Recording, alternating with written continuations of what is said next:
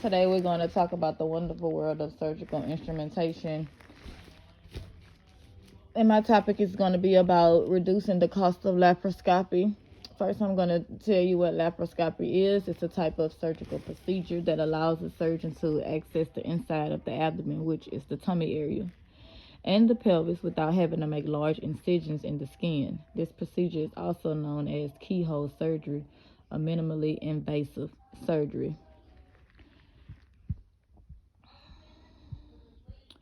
So today within the hospitals, cost effectiveness has been an issue with having to repair surgical instruments for hospitals, doctors' offices, outpatient clinics, and so forth.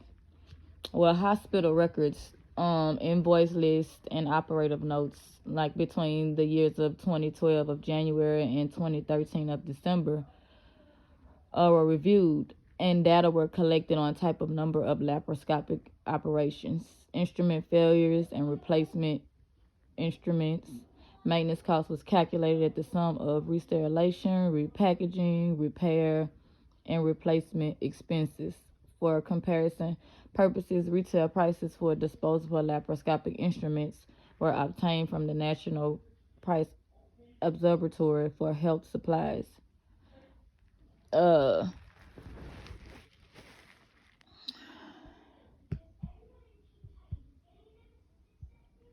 The cost effectiveness in healthcare management has always been a major issue. The situation in debt-stricken is further aggravated by the financial crisis and constant National Health Service expense cutdowns. Hospital administrations are also called to drastically reduce their expenditure and use their limited resources wisely. A study of reusable versus disposable laparoscopic instruments based on a projected number of 200 laparoscopic operations per annum predicted net yearly savings of around $80,000. 2 years later, this results of the analysts clearly confirmed our expectations, despite the seemingly high purchase price, which set motorized its equation cost after only 9 laparoscopic operations. Initial cost was 65% of the total 2-year expenditure and depreciated to less than $55 per patient. This figure is expected to fall even more with every future use of the instruments. As per annual maintenance costs, roughly 30% covered the relatively inflexible expenses of re-sterilization and repackaging, while 70% pertain to replacements and repairs. Worn out valves need replacing more often than any other instrument part. This results in a frequent air leaks and a higher CO value to maintain the desired pressure. We have observed that most of the leaking valves were torn at the rubber seal, a result of forceful insertion, withdrawal of instruments. The cost of analysts revealed more useful conclusions. Laparoscopic instruments cost would be 9 times higher with disposable compared with the reusable instruments. More importantly, though disposable instrument cost alone would cover almost half of the total hospital reimbursement by Social Security funds for many common laparoscopic procedures.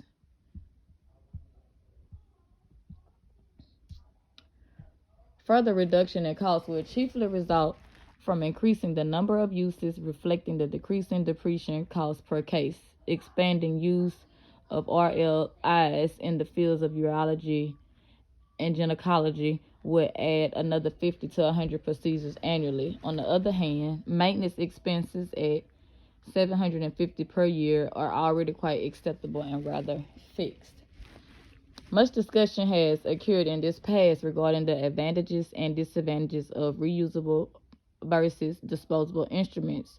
The rationale behind initial skepticism against RLIs included not only high equation and maintenance costs, but also issues of possible transmission of infectious disease to patients and medical personnel, instrument efficiency, and lack of durability. However, most of these studies date back to the 1990s with technical progress, newer designs, and appropriate training. These problems, if once existent, are virtually obsolete.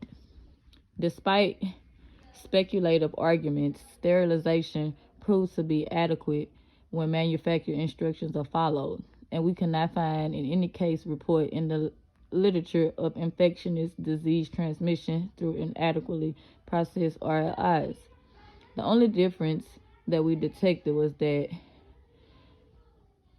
cleaning systems are reported to be more mechanized cleaning systems are reported to be more efficient and safer than manual washing. The cheap alternative of re-sterilizing single-use instruments may be feasible, but is generally not advised. These instruments are not designed to be disassembled, and dead spaces inside the instrument may harbor residual debris, which are difficult to remove between procedures. This makes the surgeon ultimately responsible for any mishap, raising ethical and juridical concerns. Modular configuration adapted by most manufacturers permits dismantling of the instruments while maintaining a simple yet robust design. Thus, repairs are facilitated since only the faulty part and replaced with minimal cost. Moreover, access is allowed throughout the shaft and the handle, allowing for optical cleaning and effective sterilization. Skeptics also voiced the efficiency of DLIs and unequaled since they are new every time, and this may indeed be true up to a point. Reusable instruments are more prone to technical issues but should be considered an investment for every surgical department, and with careful handling and maintenance, the normal wear and tear can be kept to a minimum. Other than a broken grasper working tip due to an accidental fall to the ground, we had no major instrument failures. A hybrid model of reusable instruments backed up by a small number of disposable ones for immediate availability in cases of technical problems appears as the optimal solution, balancing cost effectiveness with reliability.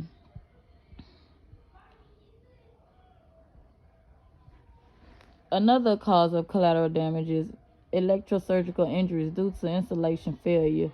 We routinely check insulation sheath microscopically for signs of wear. However, our institution lacks the facility to perform proper electrical conductivity tests on the instruments. Based on the literature, 1 in 5 RIs has some kind of insulation defect, which tends to occur more often at the distal third of the shift near the working tip. Insulation problems have also been recorded with 3% of DLIs. Electrosurgical injuries, especially in anatomic areas with delicate structures, may go undetected for months after surgery and are the cause of medical legal actions.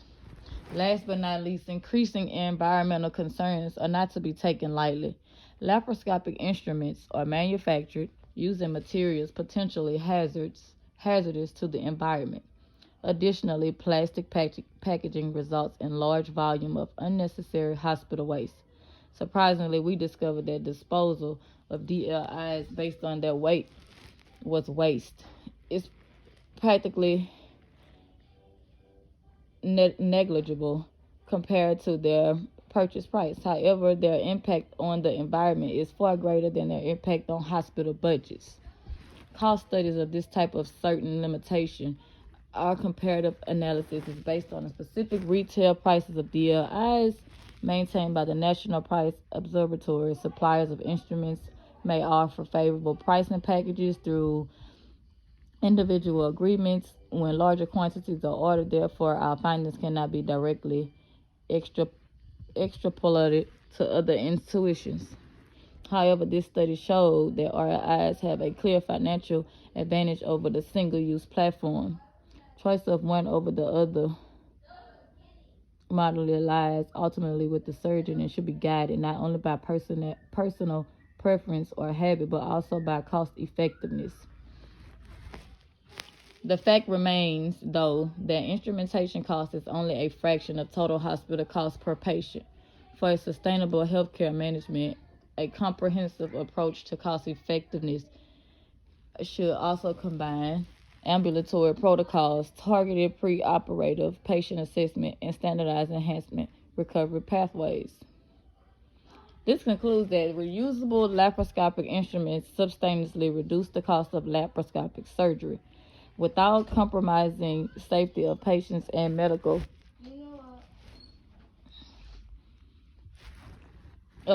personnel. Initial equation costs are quickly amortized and further depreciated with every use.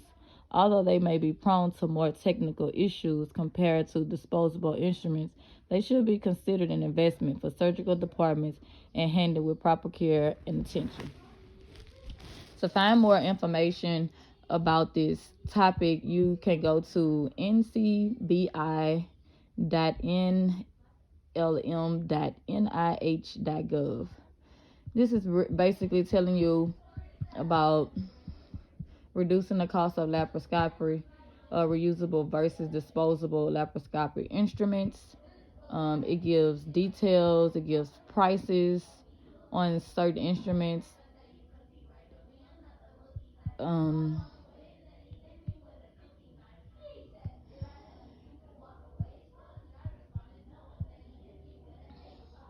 There are some references on here that let you know where you can get other information about laparoscopic, reducing the price of it, the cost in the hospital.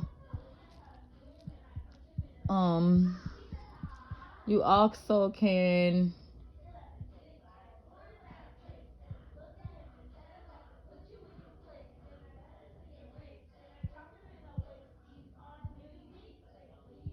refer to sites as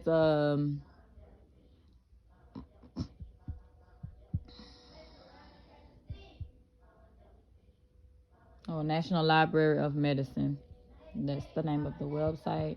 You probably also can look up books. I really didn't do any research through books. I've researched on the internet to get this information, and it's very interesting because I never read up on it, but it's very important to read up on, because in hospitals today, they're trying to come up with ways to reduce the price of instruments by using probably more disposable instruments instead of having instruments that you can just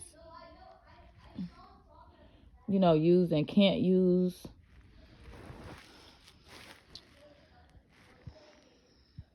This concludes my video of reducing the cost of laparoscopy. You can find the information at the website that I've stated, or maybe you can do your own physical research on laparoscopy. Thank you for your interest and your time in listening. Bye-bye.